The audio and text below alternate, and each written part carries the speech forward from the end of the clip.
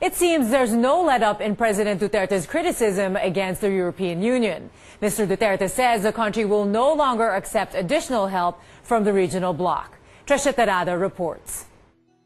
His tirades against the European Union are not something new, but this time President Rodrigo Duterte reiterates for now the country will not accept new grants from the EU, as he feels that to do so is an insult to the Philippine sovereignty. I will not accept it. Hindi na bali maghirap tayo. Sabihin ko sa mga tao, mag-taste tayo. Pobre tayo. Kailangan natin ng aid. Pero kung ganun lang naman, tuturuan ka kung paano gawin. Try to examine the papers. Mabubuhay na naman tayo. And we cannot be forever depending on aid. So it's very stupid of some public officials. He cites the botched fire truck deal as an example of having unfair conditions imposed by a donating country. Kung magbigay ka ng grant at gusto mo ito, bilhin mo yung truck ko, kukuha ka rin ng spare part sa akin, nagmukha pa akong philanthropist, nagmukhang ng Pilipino, kikita ka pa sa akin balang araw. Kaya gano'n na lang ang tingin ko dyan sa EU. The Foreign Affairs Department, who was later informed of this decision, already confirms that the country is rejecting new grants from EU. What we're telling all countries, we want friendship with you, we want to build a relationship with you, friends to all, enemies to none, diba? But if you're going to use the money, then dictate something upon us or criticize unfairly what is happening here. Foreign Secretary Alan Peter Cayetano clarifies they are not cutting ties with the EU. The president just doesn't want to receive financial help for now to prevent them from interfering with the Philippine policies. Let's build our friendship in other matters. Let's continue to do economics, trade, tourism, etc. Pero wag na tayong magbigay ng pera and then magsisihan tayo or magsingilan. Cayetano blames critics who allegedly spread fake information to put the country in a bad light. Trisha Tarada, CNN Philippines. A day after President Duterte declared the liberation of Marawi City from ISIS-inspired Mao terrorists, the government says it's setting aside an initial 15 billion pesos to start getting Marawi City back on its feet. The Budget Department is allocating 5 billion pesos this year and another 10 billion next year. The funds will be primarily for building temporary settlements for returning Maranaos, while waiting for permanent structures around the city to be rebuilt. It's a matter of, setting up tents and then health facilities, etc.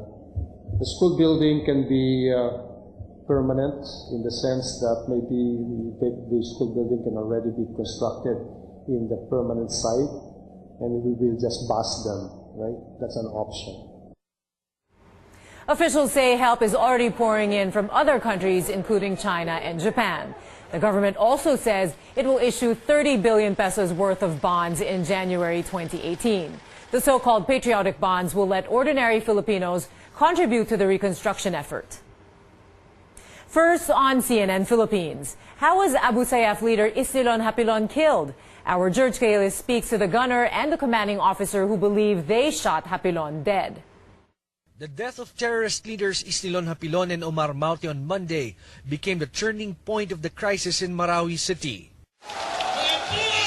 The incident that led to the declaration of Marawi's liberation on Tuesday. But how did Omar Maute and Isnilon Hapilon die? The gunner alias Black Hornet and his commanding officer alias Icarus from the mechanized unit of Joint Task Force Marawi say they were part of the mission to neutralize the terrorist leaders. Aboard a specialized armored vehicle called Remote Controlled Weapon Station, they saw movements of around 20 people from a building going to Lake Lanao dawn of Monday. With the initial information that Hapilon and Maute were wounded, they scanned the area using thermal cameras. Thermal cameras detect movement through body heat. May yun, sir. Thermal. Kita ka kahit madilim, kahit umuulan. They saw a man acting suspiciously inside the building. Later on, the man walked alongside two children.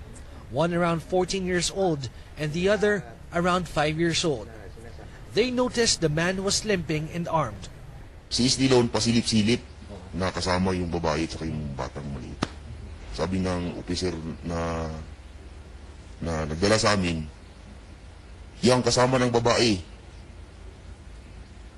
huwag mong alisan ng site. Tutukan mo yan. Eyes on ka dyan. Kasi papilay-pilay naman, sir. Yun na, sir. Pag sumilip, birahin mo na. Itong sinabi na pagkaklaro na talaga, sir, na ang yung babae hindi tamaan sa target ko, sir, pinitikan ko na. Kung saan si Isnilon nakuha. Sabi mo nga, sir, itapat mo lang yung site niya doon sa taong yun, kahit pa magkadikit yan, siya talagang tatamaan, sir. Kasi accurate po precise po yung tama ng gun natin. They later found out this was Isnilon Hapilon. They also hit the man firing at them as he crawled behind rubbles, whom they believed was Omar Maute. Accomplishment ng buong units na nandun sa ground. Nakasama ako dun, sir. Nakasama yung armor units namin na nag-neutralize sa kanila. The officers say it's just a bonus that they managed to hit Maute and Hapilon. What's important now is that the terrorist leaders are gone, the best gift that they can give to the people of Marawi. From Marawi City, George Cahiles, CNN Philippines. Tonight's top story, the parents of UST law student Horacio Atio Castillo face suspects in the death of their son in the Senate's resumption of its inquiry into the hazing case. Many of the senators were disappointed with the frat members who apparently refused to answer their questions. Our Rector Mito has the full story. Mr. Solano, ginago mo ba ang aming committee? No, Your Honor. Do you want to disrespect our committee? No, Your Honor. Senators had no choice but to disclose statements made by hazing suspect John Paul Solano during a closed-door hearing on September 25th. Because Solano refused to give the senators a copy of his affidavit.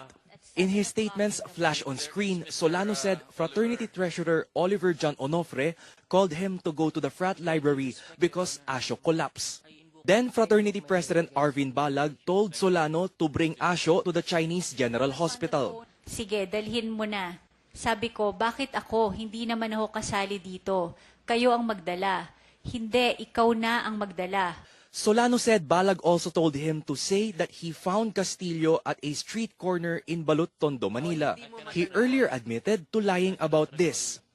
Solano said he encountered in the frat life Axel Hipe, Mark Ventura, and new frat members Zachary Abulencia and Daniel Ragos. He also confirmed the car of Ralph Tranguia's father brought Castillo's body to the hospital. But when senators asked the suspects if they confirmed Solano's statements, they gave the same answer. Do you confirm the statement of With John due Paul? respect, Your Honor, I invoke my right against self-incrimination. Thank you. I'm sorry, Your Honor. I would like to invoke my right against self-incrimination. Solano also said University of Santo Tomas Law Dean Nilo Divina encouraged him to tell the truth. Divina says the hearing only proves he is innocent in Asio's hazing or its possible cover-up. But senators told Divina he could have done more. This is one incident that we're trying to resolve. I don't think it has a bearing on my competence, my dedication as a dean, a professor, and academician, Mr. Chairman. With all due respect, Dean, I'm sure it has no bearing to your competence. You might be overcompetent nga eh. But my problem is this, nobody is indispensable. Ralph Tranguia's father, Antonio, also surfaced for the first time. He was with his wife, Rosemary. She is facing an obstruction of justice charge for bringing Ralph to the U.S. But the Tranguias also refused to answer questions. Meanwhile, only 4 suspects agreed to give their DNA samples to the Senate. The rest refused. The DNA samples will be matched with body fluids found at the frat lab. Rex Remitio, CNN, Philippines. Police revealed an attempted cover-up on the death of Atio Castillo. This is based on the alleged conversation of Aegis Juris frat members on social media. Rex Remitio returns with that story. CNN Philippines has obtained screen grabs of a lengthy Facebook exchange on the hazing death of law student Horacio Castillo. On the thread are active members and alumni of the Aegis Juris fraternity. The anti-cybercrime group of the Manila Police District has authenticated the material. A hard copy of the conversation was also provided to CNN Philippines by the office of Senator Joel Villanueva, a member of the Senate committee. The conversation started on the day Castillo died, September 17th, Sunday. Frat members sent a flurry of urgent-sounding messages just a few hours after they learned of Castillo's death. There was also talk about where they should meet to discuss what happened and their next moves. One broad said, "Every second counts, broads. We need our founders to personally guide us in the meeting." Another said, "Broad, let's meet na and finalize our stand. Mamaya puputok na ito." Finally, based on the thread, they agreed to meet at a coffee shop in Cubao, Quezon City late that same afternoon. Although at Wednesday's Senate hearing, police showed CCTV footage of the fraternity members alighting from an elevator in the Novotel Hotel where they reportedly met in a third-floor function room. Authorities tell CNN Philippines that parts of the conversation show a concerted effort to cover up any link of aegis juris to Castillo's death. This was also affirmed by Manila Police District Chief Superintendent Joel Coronel in the hearing. One broad asked, "May news ba tayo kung napalinis na ang fraternity library?" It appears this person was referring to the aegis juris library where Castillo's hazing was believed to have taken place. And another said, "Sana malinis ang matanggap na paddle doon." Aegis juris members apparently got hold of footage from a surveillance camera near the frat library on the night of the hazing. In the conversation, one alumnus said, "Hindi tayo covered ng CCTV ng barangay." Another broad also said, "Pinauwi ko na GP Arvin sa Subic."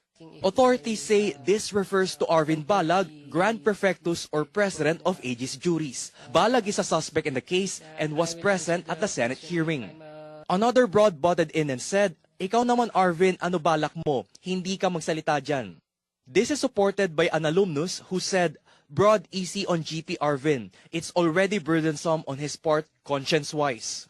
One frat member wanted to know what he should do if the police questioned him. "Dedenay ko ba na member ako? Di ko alam gagawin ko, broad," he asked.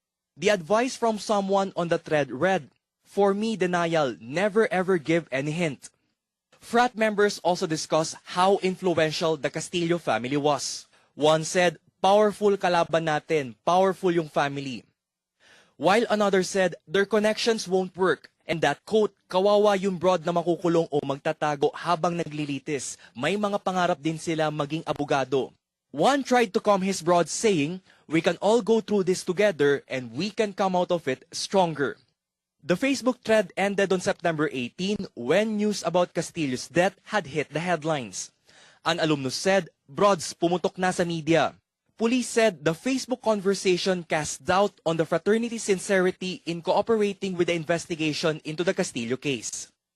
They say some alumni may also be charged with obstruction of justice for participating in what may be an attempted cover-up.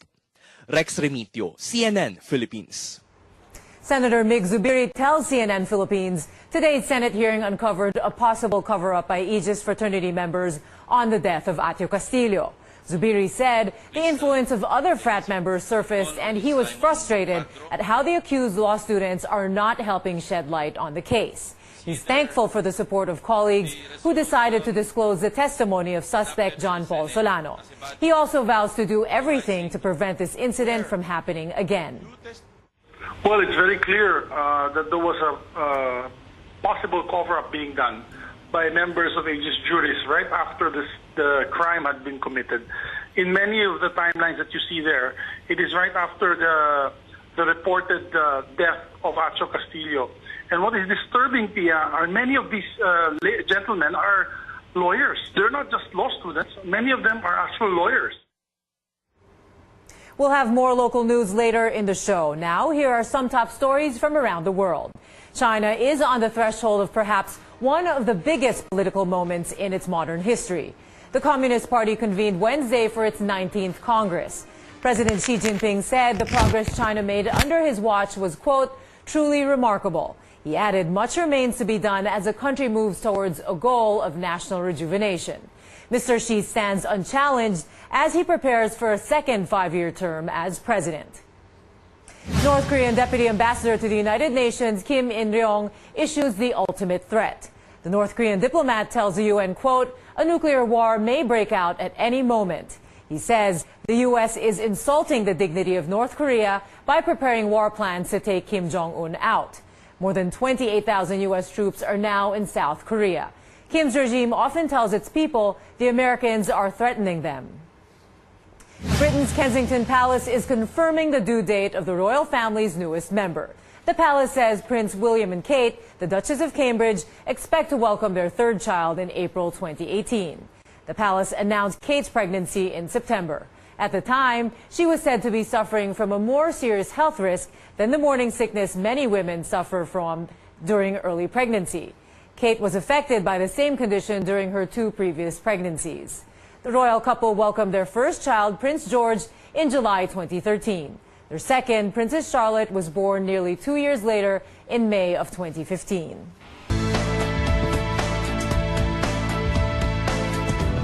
European Union and the Philippines are showing a united front, downplaying the fallout from the president's latest outburst. European Chamber of Commerce President Gunter Toss says the misunderstanding has been fully resolved. While the political environment is difficult, Toss says investors are still keen to come in. An EU mission of 40 companies is even arriving next week to explore possible energy deals in the Philippines. Meanwhile, Trade Secretary Ramon Lopez says negotiations with the EU are going well. The Philippines wants a free trade agreement with the bloc. Well, you know the position of the president, and that will be the position of government. He has mentioned that even the trade is willing to sacrifice. Lopez warns, however, that the president's threats will still stand should the EU raise the issue of extrajudicial killings. The Ninoy Aquino International Airport has been listed in the past years as one of the worst terminals in the world, but not anymore. The Transportation Department says the country's main gateway is out of the top 20 worst airports in the world. NAIA also exited the list of the top 5 worst airports in Asia. Both are according to the survey released by travel website The Guide to Sleeping in Airports, released early this week. The government attributes the improvement in NAIA's image to its response to the Laglag Bala issue or bullet planting scheme, which was among the major complaints of air travelers. A check on the weather now. We're still monitoring Typhoon Paolo, which is bringing rains in parts of the country. Weather Bureau Pagasa last spotted Paolo around 900 kilometers east of Legazpi City in Albay. It's packing winds of 120 kilometers per hour and gusts of up to 145 kilometers per hour. Heads up to residents in Bicol, Eastern Visayas, Zamboanga Peninsula, ARMM, and Soxargen. Expect moderate to occasionally heavy rain with thunderstorms.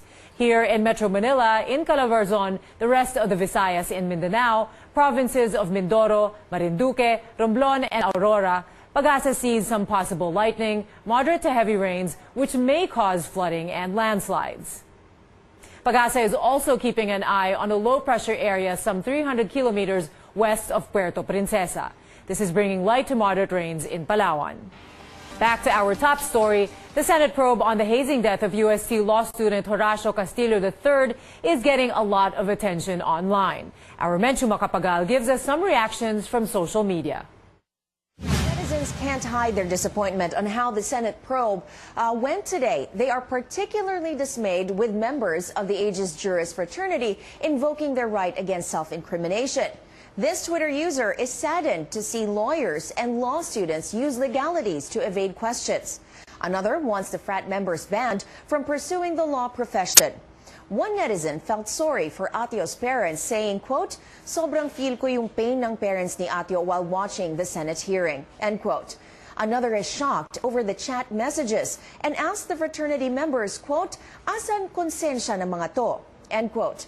The terms Aegis Juris and Senate, as well as the hashtag Justice for Horacio, were among the top trending topics on Twitter Philippines today.